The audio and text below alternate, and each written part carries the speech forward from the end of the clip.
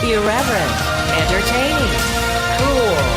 You're listening to LA Talk Radio. Is there any prescribed medication, sir?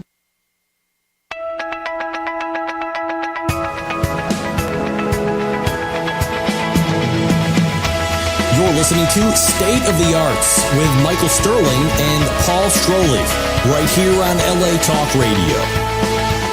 That you would be, indeed. You are. That was supposed October to be. 22nd. Who was that? That was supposed to be Judge. Well, it was Judge Judy, but it didn't play properly. It was supposed to be this. Do you take any prescribed medication, sir? But it didn't play. I think she's addressing that question to you. Yes, she was. She was. But when something doesn't go right, I just can't deceive people, Michael. I can't just pretend it was supposed to happen. What do they say in the theater? If you make a mistake, just make it move big. on. Yeah. Make it big. Yeah, and I'm the king of making it big. There of course. you go. I didn't get in this business to make a lot of money, and so far that's working out real well for me. Has to be something to be said about that, right? Yes. We would like to thank our sponsor, Breakdown Services, the entertainment industry standard used around the world, providing the most professional means to reach talent agents as well as actors when casting a project. To learn more about Breakdown Services, visit breakdownexpress.com. We'd also like to acknowledge PerformingArtsLive.com, one of the Internet's most prominent listing sources for the live arts in Southern California. We're grateful to Performing Arts Live for lending their support to our live arts calendar. Most prominent listing sources. We got to change the phrasing on that. That just strikes me as a little odd, don't you think? Internet's most prominent? I said one of the most prominent. One of the most prominent. No, Yeah. but more acclaimed. Something. We got to talk to him about that. That All could right. be updated. I know this is You're on a exactly the roll time today. for us to Yeah. discuss this, isn't it? Annie is based on Harold Gray's popular comic strip Little Orphan Annie. Comic strip premiered in the 1920s in the New York Daily News and became one of the most widely read strips in the 30s and 40s. Lyricist director Martin Charnin bought a coffee table, but I love this tale. This was on their website. Bought in under Fun Facts, and they are indeed. Bought a coffee table book called The Life and Hard Times of Little Orphan Annie as a Christmas gift for a friend in 1970. Clerk at the bookstore was too busy to wrap the book, so Charnin took the book home to wrap it. Instead, he read it, fell in love with the strip, and set out to secure the rights Christmas week of 1970. Well, Mr. Charnin's friend never got the book, but after presenting the idea to colleagues, Charles Strouse, a two-time Tony-winning composer, and Thomas Meehan, a short story writer for The New Yorker, the team was finally formed in 1971 when they began to write the now legendary musical Annie. Today we are joined by two of the stars of a brand new incarnation of this iconic piece of American theater. Please welcome Gilgamesh Taggett and Lynn Andrews. There they are. Hello. Don't you love the way they stop on cue like that? That's Yeah. amazing. They're really Very well- well-trained non-studio audience. How are you? Good to have both of you. Welcome to State Happy of to the be Arts, here. you Appreciate guys. having you on the show and all that. And, Absolutely. excited to talk Be- about this. Before we talk Yeah. to our guest, how was your week? Because I really haven't seen you for. We took a week off last week. Yes. Yeah. Yeah, it's been going good. Monica's been back and forth to Monica is Chicago. his my wife. my lovely wife, Yes, Monica, and dealing lovely. with some Keyword. unfortunate family issues there, but we're trying to make the best of it. And I'm in rehearsal for this thing that is playing just this weekend called The Bard and the Beatles at the Hillcrest Performing Arts Center. I'm Shakespearean. sorry. Please repeat that. The Bard and the Beatles. Yes, it's Okay. Shakespearean. It's a staged reading of Shakespearean monologues and scenes, and they're interspersed with Beatles songs that are similar in theme or nature. Oh. So it's pretty wonderfully Interesting odd concept. I and feel quirky. like my understudy's going to go on this weekend. It's very. I may have to see that. I'm doing Shylock from Merchant of Venice, which is immediately followed by Come Together from Abbey Road. So I do the Hath Not a Jew Eyes speech immediately followed by Come Together. Oh, my God. And there's some really weird. Some of it is tremendously odd, and some of it just like you're really stretching getting that to fit. But then others are just like a perfect continuation of the speech. It sounds like just like the same. I mean, obviously not the iambic pentameter or whatnot, Right. But it's just very sort of unusual and kind of quirky, and it's very casual staged reading. between, music stands and open books and That's all kind that. of cool. I like Yeah. that. Now, Hillcrest performing... And all nude, if I didn't mention that. It's Oh, a nude wow. thing. Yeah. And yeah. how are ticket sales? Well, in a minute, they're going to be really great after that announcement. Ticket sales are shriveling. We've got one of those kind of guests. Well, yes, the air conditioning. They put the air conditioning on there. It's just, and how? That's Then out one can't be in blamed. lovely Thousand Oaks. How? Yes, in 2000. And how was your week, Michael? Good. Just amping up for LA's Next Great Stage Star, which is a musical theater competition like no other here in Los Angeles and or the West Coast, quite frankly. And we're coming into a 10-year anniversary, and it's basically a launching pad for young artists who are in the business of live musical theater, or would like to be in the business of it. Yeah. And we have proudly 14 of our contestants have already made their Broadway debuts. What year is this, Michael? 10. 10 years. This is your 10th Yeah, anniversary. yeah. And it's an amazing thing. I'll puff up Michael's skirt for him on this one, but it's puff up. Is that mixing my metaphors there? I think you were mixing up genders. Is that- I'm not sure. But it is a very attractive skirt, I just want to say. And few men can pull it off as well as you. Oh, gosh. It's a very encouraging, though, a competition show, but not like some of the direct that's on television where it's just like really clashy. It's very encouraging, and they're phenomenal, really talented young people. They are, indeed. And over 80 of our contestants through the years are now professionally working in theater and U.S. national tours. That's fantastic. And Vegas sit-downs. And, yeah, it's very exciting because it's kind of patterned after Idol, but it's... Including one of the shows that we're going to be talking about Exactly. on our break here, Exactly. Damn Yankees, Travis Leland, who plays the lead of Joe Hardy in Yes, this. indeed. Is one of your... yes, and a remarkable debut on the theater stage. So, yeah, thank you for asking that. Good. So we should probably get into this, right? Why don't you introduce this gentleman to your left, Michael? Indeed. The world's best-loved musical returns in time-honored form, directed by original lyricist and director Martin Charnin and choreographed by Liza Gennaro. This production of Annie is a new take on a treasured classic, featuring book and score by Tony Award winners Thomas Meehan, Charles Strouse, and Martin Charnin.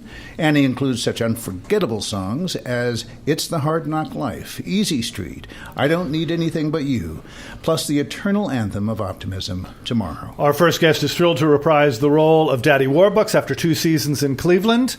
I don't really know what that means. I'm going to ask you about that, but it sounds like Here that we old. go. It sounds like that old joke. First prize is a week in Cleveland. Second prize is 2 weeks in I knew it Cleveland. was going to start. I knew it was going to start. His other favorite roles include Father in Children of Eden, which Cabrillo is actually doing next season. Yes, I know a that. rarely performed piece. Franz Liebken and the producers, Billy Flynn in Chicago, and Judd Fry in Oklahoma. Please welcome Gilgamesh Taggett. There they are.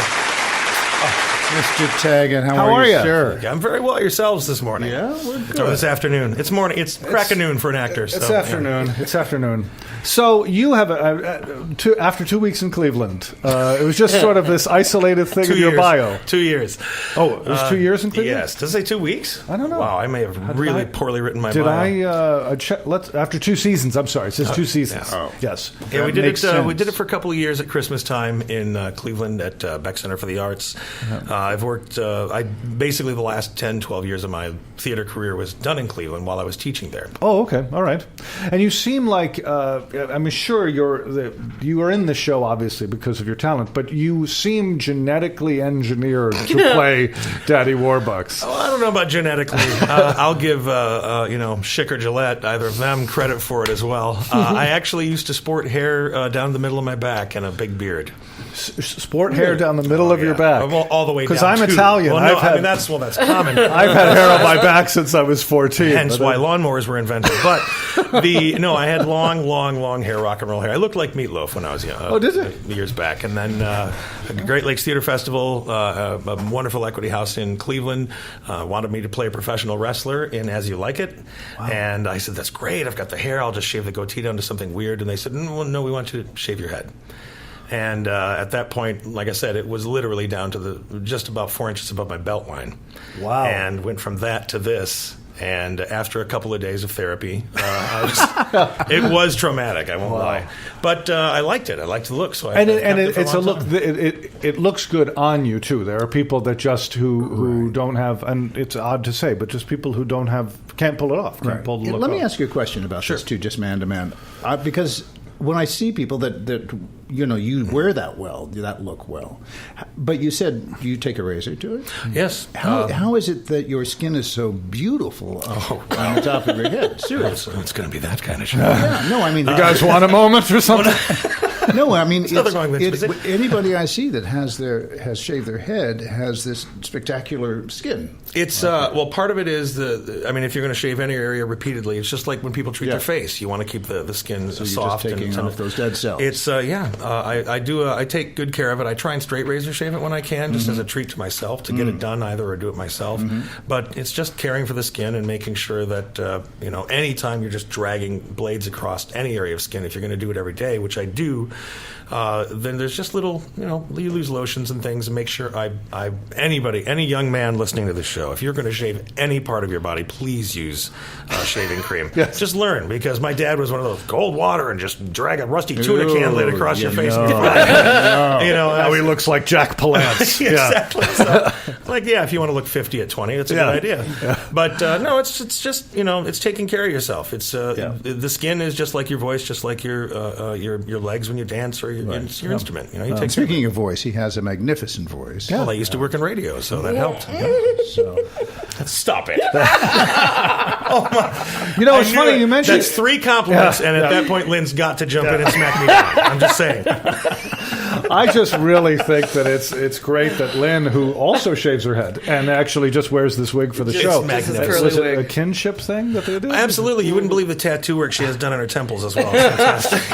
I have the best idea for a tattoo, and I'm still going to do it. I want to have a tattoo up my back of my height at different ages. Just That's funny. like a door jam, like Paul at 12. Would that be great? That's fantastic. You know it's very who meta else too. I like had it. and you probably, this is a friend of mine who has sadly passed away a few years ago, but I worked with him in Connecticut, and he's an actor who his career completely changed. He was a professional wrestler and then became an actor.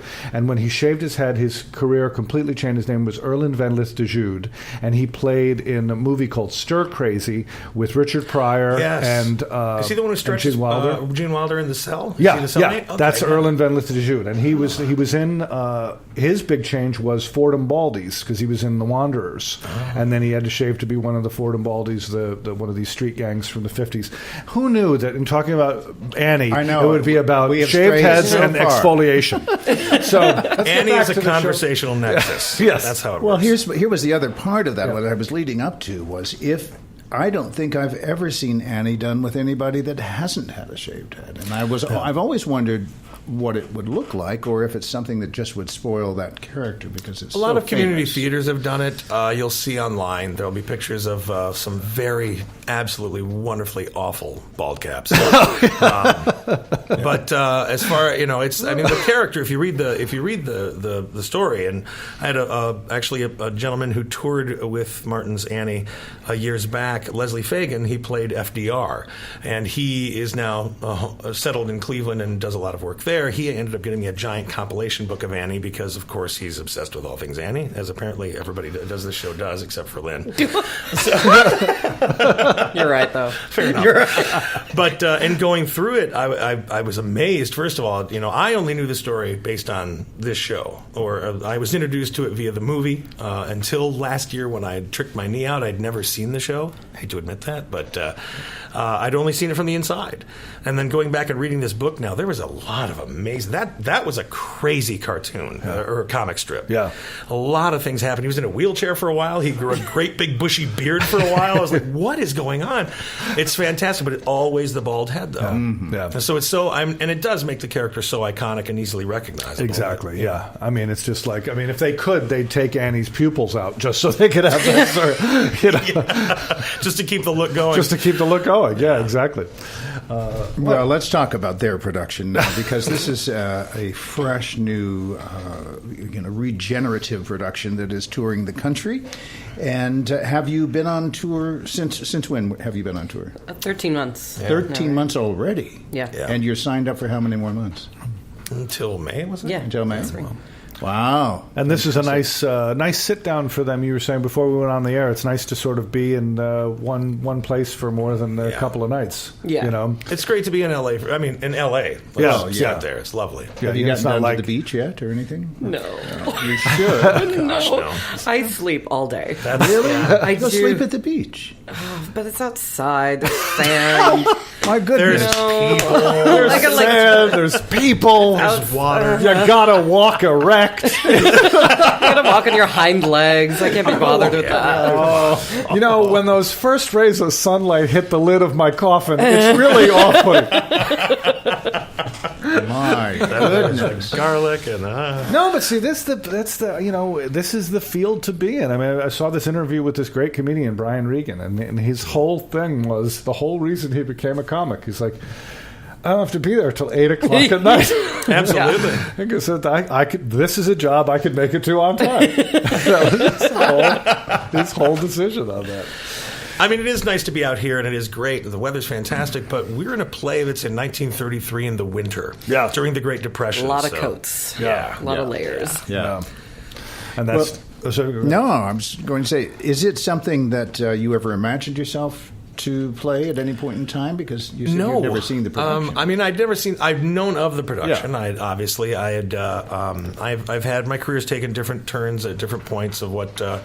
If somebody, though, even just 5 or 7 years ago, had sat me down and said, "Okay, you're going to play," I'm not insulting the character, but he's a rather stiff, he's a rather focused and non-bizarre character, because I did a good deal of strange. He's square, dude.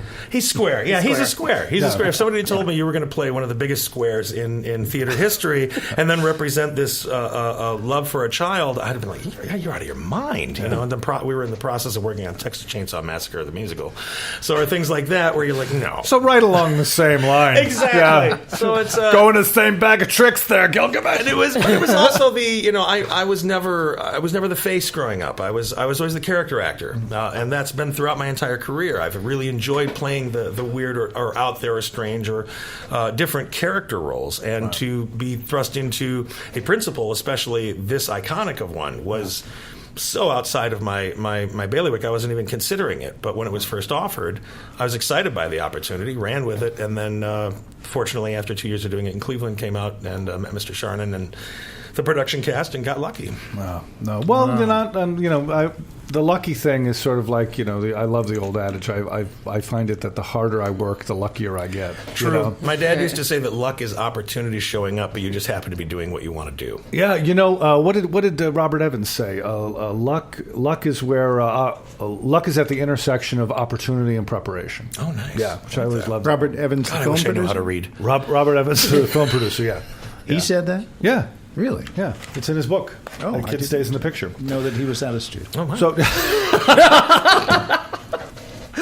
well, What he did to his wife. he might have had a ghostwriter, Yeah. Excuse me. No, he was Poor that Ally too. McGraw, if you're out there listening. Oh, hey, she was not blameless in that little breakup. That'll be a whole nother show. We're not going to go there. Let's stay with these I was going to folks. say we're dishing. This is fun. Did you find? What happened? No, and here? this is sort of for both of you. Why does it say Kayla on your Starbucks? Well, it says Michaela, because Michaela. she's the kind lady that got me my Starbucks. Oh, okay. Hey, girl. Just like. How you doing? Oh, okay. Well, you don't think she goes into a Starbucks by herself, do you? Oh, my God, she'd be I mobbed. don't actually go into the Starbucks ever. That would mean leaving your hotel room. I use one of my staffers. Is that it? Yeah, Interacting with the public is not in her contract. it's true. She shows up at the radio show and she just hands me something. Read this. These are your approved I questions. pre-recorded my responses to just click wherever. This is what I sound like if you want to fake it on the air. Oh, it's priceless. Oh, now Judge for both- Judy must have something to say For about both, this thing. for both of you. Now that didn't go. Oh yeah, Juliet, but just no? I'm you're just right right there. on The top. timing on the show is Yeah. impeccable. Well, I'm a pro. But anyway, now here's the thing, and it sounds like a trite question, and it might be a trite question, but it's for both of you. But when you take a role on, and you obviously want to do your preparation, and you have all of the usual performance angst attached to just doing a good job, and then you have something like this. Annie, you have probably one of the most loved musicals. What does that throw on your plate in terms of responsibility, emotional responsibility? Was it a factor for you in preparation, or like knowing that people had such a history about this? Does it affect your preparation, or is it best not to think about that and only pursue it like any other character? Well, when I got cast, I made sure not to watch any of the movies or do any research like that, because people, if they, for instance, the movie from the 80s, people love that movie and they love Carol Burnett, and no matter what I do, I'm not going to be her. So I'm not even going to try to do anything like her. Right. So I think I thought I would feel all this pressure from the other women who had done the role before, but I actually didn't, because it was like, I simply do not care. Okay. I simply just have to play the moments as truthfully as I can, and that's all you can do. Right. I mean, I can torture myself, but I'll do that another way. For sure. I'll torture myself in other ways, like having to go to the Starbucks on my own. Having to see daylight. Oh my God! Go out without my entourage? Are you kidding me? And who is your entourage? Who is my entourage? You didn't see them all outside? There's a bus. Oh, that's the entourage. Yeah, oh, okay. Yeah. They're right here. I have no entourage. There we go. Yes. Thank you, peasants.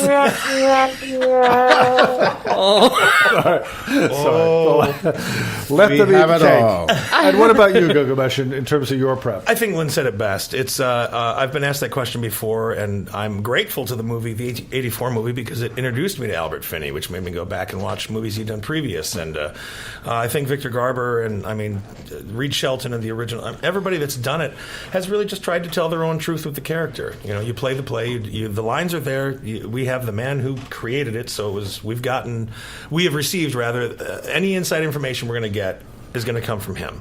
Right. So we just try and find the truth of the character and be as honest as we can. Yeah, and how blessed you are to be working with the creator. Being yelled at by a legend is amazing. It's so satisfying.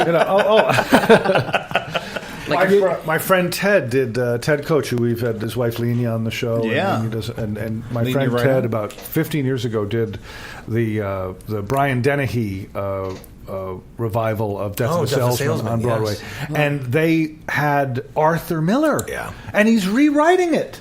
He's like making revisions to it. It's like it's the greatest play in history. It's like, no, shorten that line. It's just like, oh, no pressure. There's something like that because he's been going thinking on. about it for decades. Yeah. It's like, finally, I hate that. Get it And right. it wasn't. And the thing that was my first question for Ted was, it's not being tweaked to make it more topical or to change verbiage for a modern audience. It stayed in that sort of music. Yes. It just was things he didn't like about it. Same thing has happened with this. Actually, there are ideas that Martin has always wanted to see have happen. Yeah. There are beats that he's always wanted to see accomplished, and not just because they worked 30 years ago, but because he really wants to make the show as good as it can be. And there have been tons of little, just even one word in a sentence have been changed. Or it says it's an all original production, the one we're doing. He's actually taking the show really back to the truth of the heart of it, and it's created some changes. Like, people who are familiar with the song NYC, there's some brand new Martin Charnin lyrics written for the show. Okay, which is very exciting. I think it's fantastic that there's this whole new aspect from the creator brought out to the audience. But it sounds like the tweaking is surgical, rather than in big broad strokes. Very much so. Okay. Did he ever express his opinion about the current Annie, or the most current Annie film that was just comment. Out? Yeah, I would imagine so. That would be for him to say. His opinion isn't hard to find. Yeah, there's this. I don't know if you're aware. There's this thing called the intranet, and the worldwide net. I've heard about this. My friend Google. She knows everything. Yes. Just ask She her. knows everything. But it was, and they're always looking, obviously every director is going to see what another director will do with their piece, or when you create something, you don't want to always be the first person to put it out when you workshop it. It's sometimes better to get away from it, let somebody else take their hand at it. And if for no other reason than to sometimes see what you have in mind that doesn't work, or what they had in mind that doesn't work, you can learn as much from what doesn't work as much as you can what does. Right. Well, you learn more.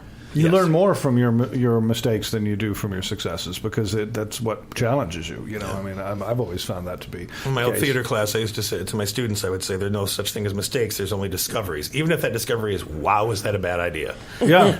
So, No, that's a really good point. That's a really good point. I'm writing that shit down. Yeah, Oh, sorry. My trademark Gilgamesh Taggett. TM. Not what he's writing down, what he just said. Hashtag stolen quote. Okay. Is that what the kids say now? Hashtag? That's what they say. We should do our arts calendar, Michael. We and then should. can talk to this lovely lady to my right. who Absolutely. We've been sitting here so patiently. But you want to kick it off? I will, indeed. And we'll talk about the shows that we saw, too, at the Yes. end of this. International City Theatre winds up its 30th anniversary season with an intimate portrait of musical icon Stephen Sondheim in his own words and music. DJ Gray directs and stages the Los Angeles premiere of James Lapine's award-winning Broadway hit Sondheim on Sondheim. Writing songs that reflect the complexity of his characters, Stephen Sondheim changed the way we define a great musical. Yet, even though millions of fans know his songs by heart, few know much about Sondheim himself. Until now, conceived by frequent Sondheim collaborator James Lapine, this intimate evening combines exclusive interview footage offering an inside look at Sondheim's personal life and artistic process with sparkling new arrangements of over 24 Sondheim tunes ranging from the celebrated to the obscure. Director DJ Gray, who assisted Lapine on the Broadway production, says, in addition to the well-known songs, there are some that are more obscure and some that ended up being cut altogether from his musicals. It's fascinating to hear Stephen speak frankly about why those didn't work. He's candid, funny, and charming. It's a unique window into how he works and what shaped him as an artist. Sondheim on Sondheim runs through November 8th at the International City Theatre, located in the Long Beach Performing Arts Center, 300 East Ocean Boulevard in Long Beach. For reservations and info, call the box office 562-436-4610. Now, I said Lapine, you said Lapine. Let's call the whole thing off. There you go. No, I believe it is Lapine. Am I correct? I think you're right. It's Lapine. It's Lapine? It's Lapine. And I said Lapine? You did indeed. Okay. Well, the emphasis on the wrong syllable, as they say. So, we have yes. both seen theater. I saw Damn Yankees. Yes. And Do that while he's I taking haven't his had a own good water. spit taken here. I almost Danny Thomas'd all over Lynn. Long time. Oh, that's a personal best right there. I tell you. That was a great one. Anyway, Damn Yankees at Cabrillo Music Theater, an absolute hoot. Saw it this weekend with my nephew, who's 13. When my wife and I have 20 nieces and nephews, and whenever any one of them turns 13, they get a trip to California as a gift from us, and they're carried around on a velvet pillow for like 3 days. They love it, or 4 days. So Tristan was this trip, and we brought him in to see Damn Yankees, and he's from Utah. And they see a lot of musical theater in Utah. There is a lot of musical there's theater. a great deal of musical Yeah. theater in Utah. So he was a bit persnickety. He was very particular about what and he Really? was bowled over. He absolutely loved it. He was so excited about it that we went back home and we were watching like musical theater stuff on YouTube all night. Obviously, the two people that we had on our show, they were just so wonderful. Renee Marino and Travis Leland, who we mentioned earlier, who played Lola and Joe Hardy, both just triple threat. Yes. Forces in nature there. You know But- Renee Marino? Do you know her? No. Renee Marino is, of course, in this show she played Lola, and Yeah. in the motion picture Jersey Boys, she played Mary Delgado, a role that she had done on Broadway, as well as the national tour in Vegas and so forth. She didn't create the role on Broadway, but she did it in the motion picture opposite just Lord a Young. just a spitfire. Her first and time just- ever yeah. in a musical theater production here in California. Yeah. She's not from and perfect for Lola in this. Spectacular. And they're getting so many accolades, and they're all well deserved. But there's a young lady who plays Gloria Thorpe. Yes. Catherine Penny. Yeah. And I just really want to call her out because in a role like this where Lola is so prominent and, just as far as the structure of the show goes, the Gloria character can get a little lost. She's got that great first number, and Catherine Penny keeps that from happening. She's wonderful. I'm looking at her bio, and it says she's just out of UCLA, and this is a performer to watch. She was just wonderful. And just across the board, Cabrillo does incredible stuff there, and that whole Broadway in your backyard thing, it's really the case. It's just some of the highest quality theater you can see in Southern California, the beautiful Fred Cavley Theater, and can't recommend it high enough. And we can't leave out the extraordinary John Sloman. John Sloman, plays yes. Mr. Applegate. Yes. Always also from Broadway, always delivers a fine performance and is a hell of a singer. Yes, and you saw this one as well. I and, did. But I saw you it were the day before. That's right. You were there on Saturday. Yeah. I was there on Sunday. But you saw something else too, didn't you? I did. I saw The Sound of Music, And- which is on its national tour at the Amundsen Theater. And this, too, like Annie, is a new incarnation of the production, and I think it's important for anyone who has children to make sure that, of a certain age, that they come and see a show like this, because it is just as iconic as Annie is, and something that I think will give a new perspective to children on behavior and also just love and so forth, and relationships in a family situation. Proving once again that the family that sings together often has to flee the Alps with Nazis on their heels. You are so disrespectful. I think you just summed up the show right there. They steered clear of that whole Nazi theme in Annie. They were going to go with that, but they didn't go that route, which I think really was a boon to the show. So they just gave it to The Sound of Music. Yeah. But no, seriously. But that's an important thing to talk about, though. Between Sound of Music and Annie, the number of shows that are family-friendly shows that you can musicals that you can bring people to is really diminishing. There's not. It is, which is why this is important. It's a generational show. And what do they say even for theater? They say if you own a theater and your theater's having problems and you're not making money, pull out The Sound of Music or pull out Annie. And Oklahoma.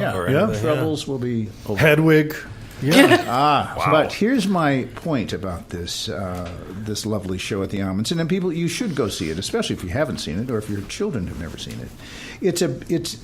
It was touted as being a really different kind of take on it, and to me, as someone who's actually directed this as well, it was none of those things. It was still the same show. It may have looked prettier because of the sets, which were actually very beautiful, but the performances are what sells this show. Now, but I must say, not in total.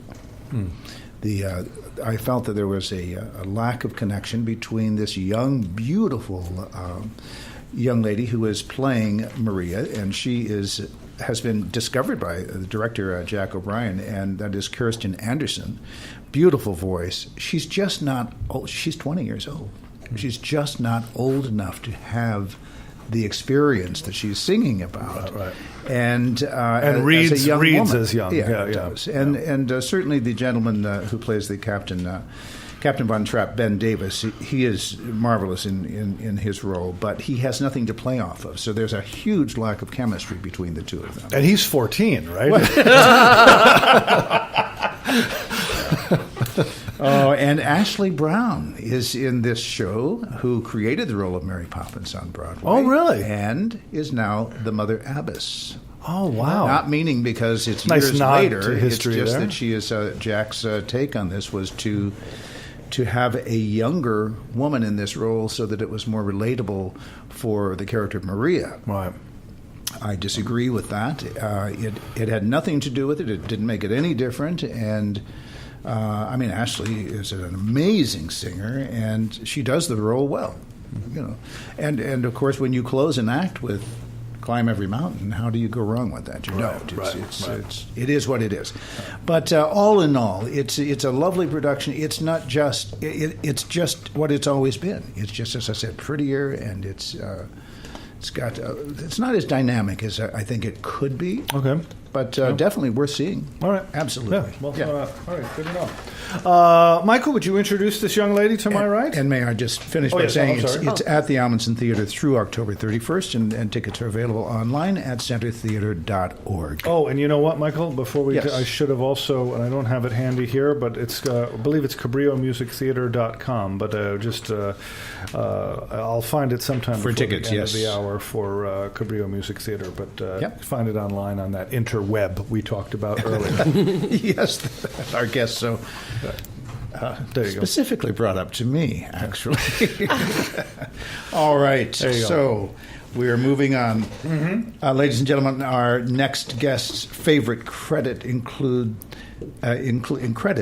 Chicago, where she played Mama Morton, the nurse in Romeo and Juliet, and the 30th anniversary tour of Annie in the role of Miss Hannigan. She reprises her take on that classical musical theater villain on stage at the Pantages now through November 1st. Please welcome Lynn Andrews. Yeah, baby. That is so rad. You are so rad. Thank you. You are so rad. Okay, so you said earlier you've done this. So I see here the 30th anniversary you did. You've been on the 13 months now doing this. And how do you just? I mean, and Hannigan is just the great.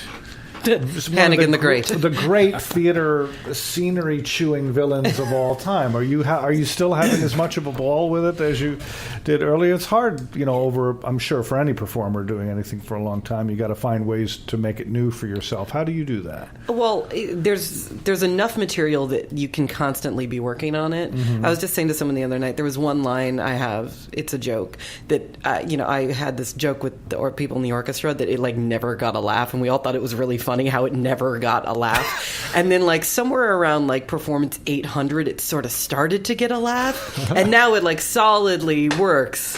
But, that's what I've been thinking about the last couple hundred performances. Do you find, because I toured with a one-person show for a long time, and I find that, don't you find it amazing how different cities react to the same joke or the same song? It's there's not, especially with scored songs, if you're doing the song right and you're really selling it, how much can that vary that the reaction would vary so much from different people? I find that fascinating. It's remarkable the way audiences react. In Los Angeles, they're loud and they're rowdy and we love it.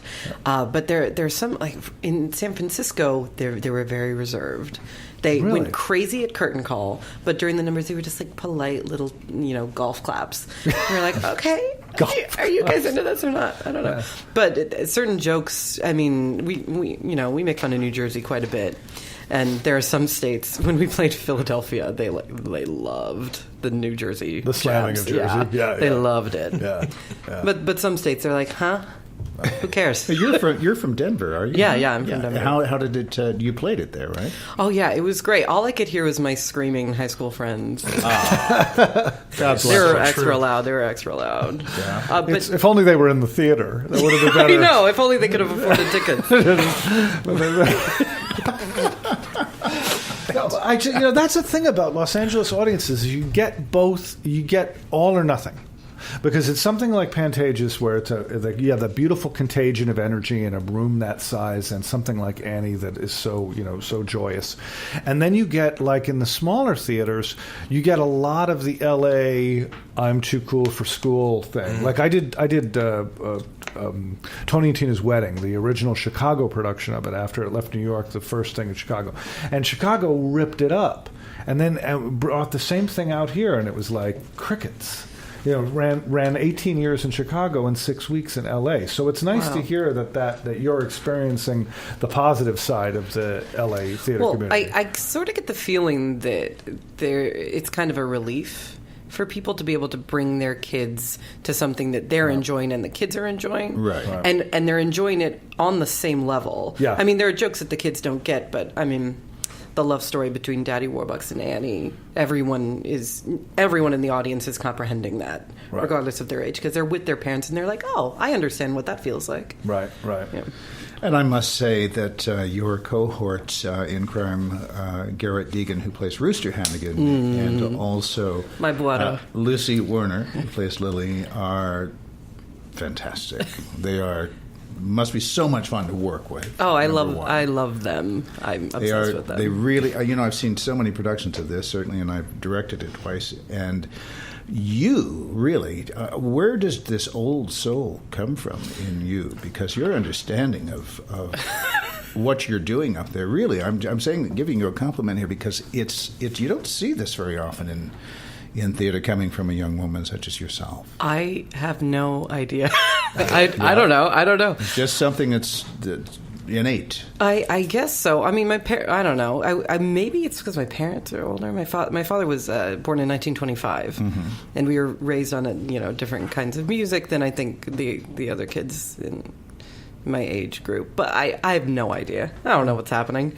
I think it's because you despise children. I think it's because I'm hateful and I'm drunk right now. I didn't want to. Well, you're say in anything, theater, but so I am. it's I redundant. just Stop it is throwing. daytime, so it is. Just stop throwing olives on the console here. Appreciate that. spitting them everywhere. But it's interesting because the thing is, I mean, and obviously it's the stage show, and you're playing a character, and like the promo photos that I was sent. I came into the lobby here and walked in, and you had your sunglasses on and everything. I was like, you did not look like the same person at all. Oh, good. And no, well, really good. What? She didn't look like a haggard old I woman? didn't look like a hag. Cool. I put your performance right up there with Dorothy Loudon's and Carol Burnett. Oh my God. And I do. Oh I my think God. of anybody Thank that you. I have seen do and that it's role. Carol Burnett in Moon Over Buffalo, but that's not the point. I heard a rumor that she saw the show. Oh, really? I heard a rumor that she saw the show incognito. Really? So someone should find that out. I don't know. Interesting. Who's listening? Well, you know who would. Well, she's right here, ladies and gentlemen. Ladies and gentlemen. my goodness, you are nice. Lynn Andrews. No, Benny would know that. Yeah, he would. Yeah. Let's They would call certainly him. know. Oh, yeah, let's call him on his office. Yeah. So the other thing I noticed that Oh, Michaelia, did you hear that? Oh, fantastic! So, rumor kind of confirmed. we were hoping to get Dick. I just did Mary Poppins out at Cabrillo, and we were hoping to get Dick Van Dyke for that, and then he couldn't make it last minute. But that would have been I would wonderful imagine, little thing to yeah. see them. Once again, a character so identified with this. And you have a website that I went to, and you have to tell me about this trio of this The girl group? Yeah, it just looks so fun and unusual, and what the hybrid of styles that you mentioned on the site. If Nixon, if Nixon and Elvis, or something. Yeah, okay, so it's me and two girls I met doing a show at the Edinburgh Fringe Festival. It was a very depressing musical about the Triangle Shirtwaist Factory fire. Oh, and wow. We all connected very deeply with the subject matter, but we also are three fun-loving idiots. It was a musical It was a about musical. the Triangle Shirtwaist Fire. Yeah. Wow. It was pretty heavy. That must Hard to have been leave pretty happy after up-tempo. all. Yeah. Yeah, it was pretty heavy, you guys. For those of our listeners that don't know, the Triangle Shirtwaist Fire was the great tragedy that basically defines all fire exit codes of today, because absolutely everything that could have gone wrong went wrong, and hundreds of women were killed when a factory burned in the East Village. Yeah, and they were mostly teenage girls, and they were all immigrants, and it was just the biggest mess and tragedy you could think of. Yeah. But we were there, and the three of us just started singing together. And I have a deep voice, and my friend Savannah, who's actually on Broadway right now in Amazing Grace, she's a soprano, and my friend Nicole Weiss, she is perfect middle, and we just started singing together, and we all discovered that this is something we want to do. And I write songs all the time, and the hybrid of styles is we say if Hank Williams and the Andrews Sisters and Beyonce had a slumber party, that's what would happen. Because we write these songs and we're like, oh yeah, this is deep, and then we just start riffing and we're like, fine. No, it just was very intriguing, and I always like to point out things that the performers that we see, the other things that they do, because it's not just about we follow them for their career. Absolutely. And all the different and you're a pretty darn good dancer too, I must say. Well, thank you. Yeah. I liked it all. I don't know if we've thrown this information out here, but let's do it now so we yeah. can tuck it in a couple of times before the end of the hour. Yes. For tickets to Annie, you want to visit HollywoodPantages.com or Ticketmaster.com, or you can call 800-982-2787.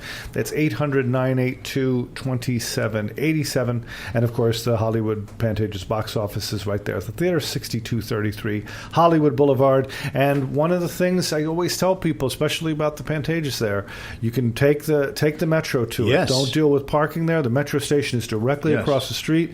That place, that hotel makes a great martini. If you have a co-signer, you can go and enjoy one over there because they're a little on the pricey side. But that that's the W. But that Daphne's, is that the other place? Yes. Well, that's Daphne's connected. It's kind of the restaurant. But Daphne's a little cheaper than doing the lobby of the thing. Well, she would know.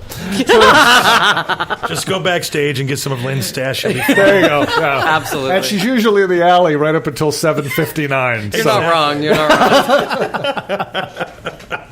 wrong. Do either And of the you show, by the way, is at the Pantages through November 1st. So you have some time to see it, but not a lot of time. So make or you sure can just get go out there. right next door to the Frolic Room and get a bartender Nice with people fresh there. stitches in their hair.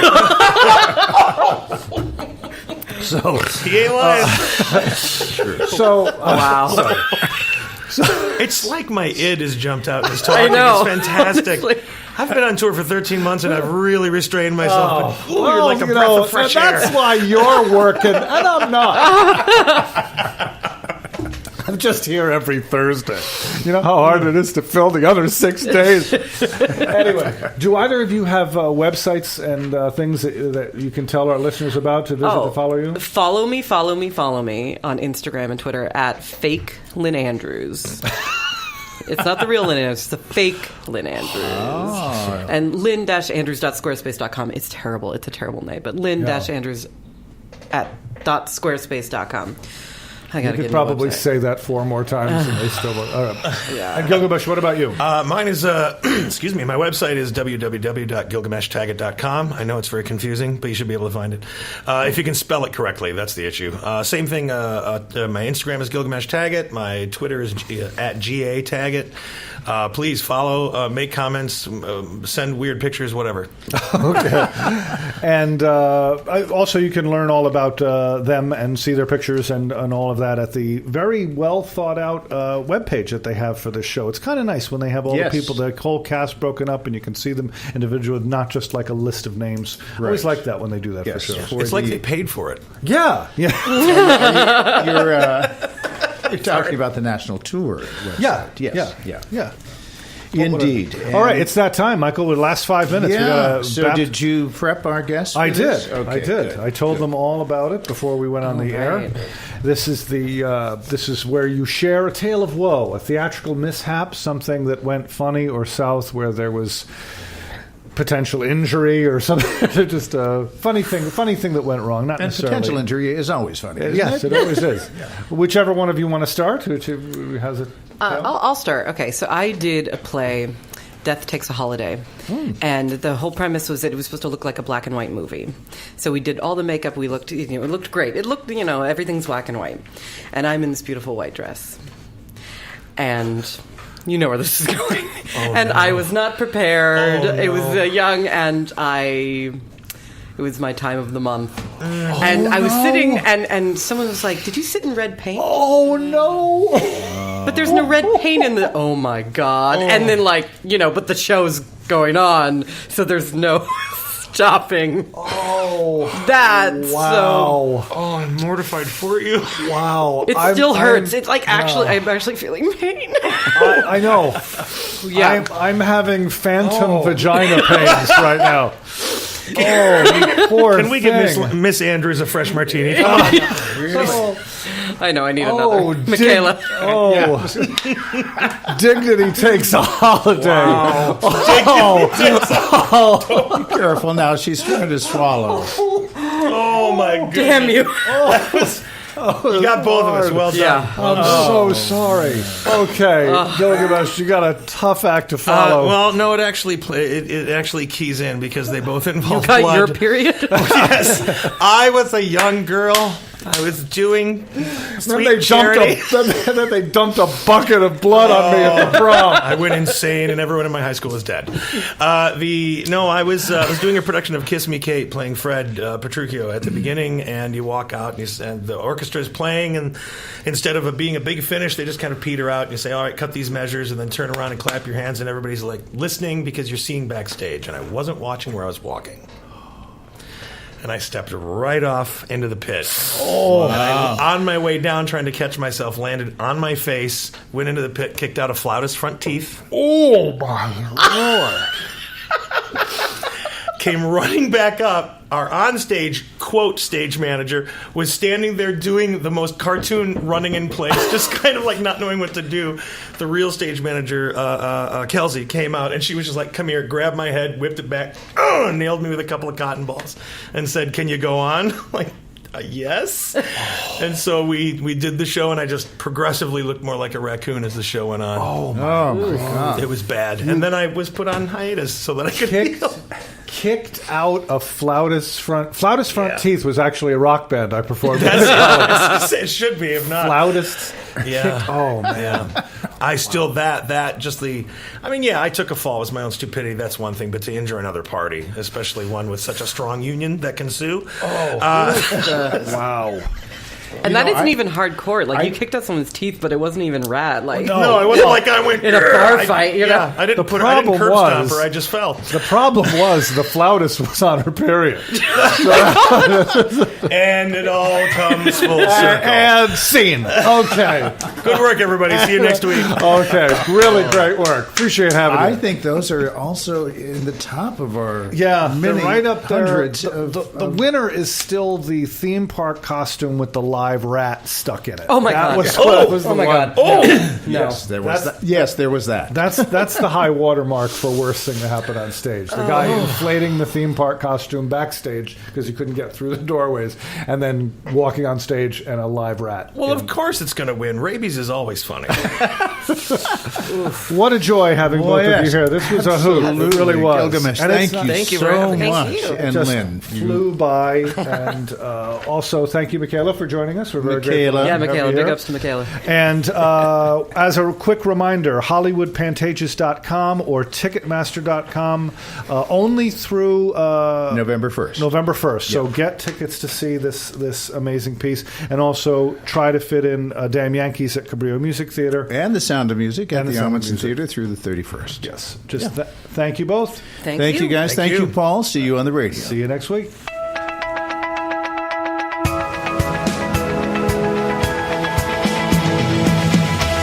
You're listening to State of the Arts with Michael Sterling and Paul Stroley, right here on LA Talk Radio.